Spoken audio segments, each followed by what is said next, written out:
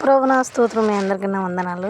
దేవుడు గడిచిన వారం నుంచి వారం వరకు ఆయన తన పరిశుద్ధ రెక్కల చాటున కాచి భద్రపరిచి ఆయన నామాన్ని స్తుతించడానికి సమయం ఇచ్చిన ఆ దేవునికి వందనాలు చెల్లించుకుంటూ ఉన్నాము.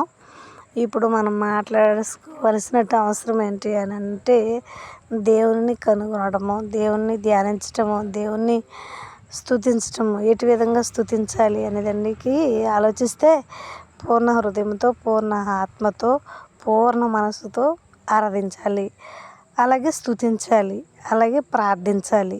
ఈ 3 అంశాలు మనం దేవునికి తిన్నగా ఉన్నప్పుడు మనలో ఉన్నటువంటి లోపాలు, మనలో ఉన్నటువంటి దోషాలు వాటన్నిటిని క్షమించి మనందరినీ ఒక దారిలో, ఆయన దారిలో నడిపించుకుంటూ దేవుని రాజ్యానికి వారసులుగా చేస్తాడని ప్రభుపేట మనం చేస్తూ ఉన్నాము. ఈ లోకంలో మానవులు ఎలా ఉంటారు, దేవుడు ఎలా ఉంటారంటే, దేవుడు క్షమించేవాడు. మానవుడు నోటి నిండా పగ, విషము, ద్వేషము ఉంటుంది.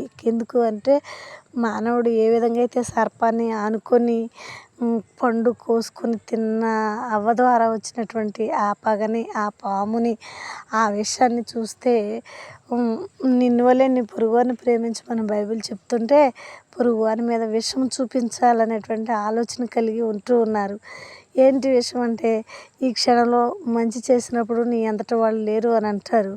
మన వెనకాల ఎలా అంటారంటే, అమ్మాయి మంచిదైతే ఇలా ఎందుకు జరుగుతుంది, అలా ఎందుకు జరుగుతుంది అంటారు. కానీ ఏ సమయానికి ఏది జరగాలో అది దేవుని చిత్తమై ఉన్నది. అయితే మంచి జరగకుండా దాన్ని చెడుగా మార్చుకునే ఈ లోకంలో మంచి చేసేటువంటి మనుషుల మధ్య చెడు చేసేవాళ్ళు కూడా ఉంటారు. కానీ ప్రభు అలాంటి వాడు కాదు. ప్రేమించేవాడు, క్షమించేవాడు, ఎదుటి వారికి ఆదరణ చూపించేవాడు, సహనము కలిగి ప్రతి ఒక్కరిని తన వైపును తిప్పుకుంటూ దేవుని రాజ్యాన్ని వారసత్వమును చూపించే దేవుడు కనుక ఆయన పట్ల ఆనుకొని జీవించాలి.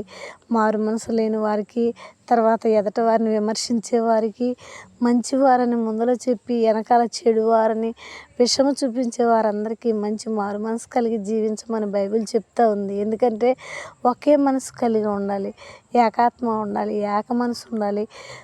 ఎదురుగుంటే ఎలా మాట్లాడుతున్నామో వెనకాల కూడా అలాగే మాట్లాడే మనస్తత్వాలు కలిగి జీవించాలి. అవును, ఈ లోకంలో మోసం ఉంది, ఈ లోకంలో దగ ఉంది, ఈ లోకంలో సమస్త కుట్ర ఉంది. కానీ ఆ కుట్ర నుంచి దేవుడు విడిపించడానికే తను ఈ లోకంలో బలి అయ్యాడని ప్రభు పరిశుద్ధ గ్రంథం మనం చెప్తూ ఉంది. ఆయన చనిపోయి తిరిగి లేచాడు అని అంటే కేవలంగా మన పాపాల నిమిత్తం, మన అతిక్రమాల నిమిత్తము, మన పగ నిమిత్తము సమస్తాన్ని తీసివేయటానికి యేసుక్రీస్తు ఈ లోకంలో బలి అయిపోయి చనిపోయి మనకు మోక్షానికి తీసుకొస్తూ ఉన్నాడు. కాబట్టి మనము క్రీస్తు కలిగినటువంటి మనసు కలిగి జీవిద్దాము. ఈ చిన్న మాటలు దేవుడు దీవించును గాక.